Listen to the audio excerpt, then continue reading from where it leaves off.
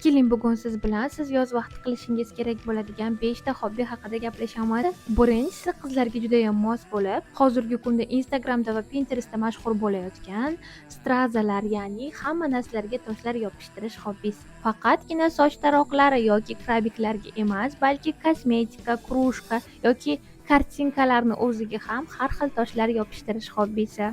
Ikkinchisi o'sha sizlar bilgan sudoku. Hamma joyda sudokuga qiziqadigan insonlar topiladi, chunki sudoku intellektni rivojlantiradigan hobbilardan biri.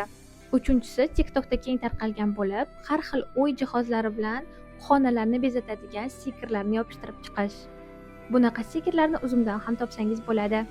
Keyingisi kartinki panoram hobbisi bo'lib, bu yerda raqamlar bo'ylab rasmlarni bo'yab chiqish.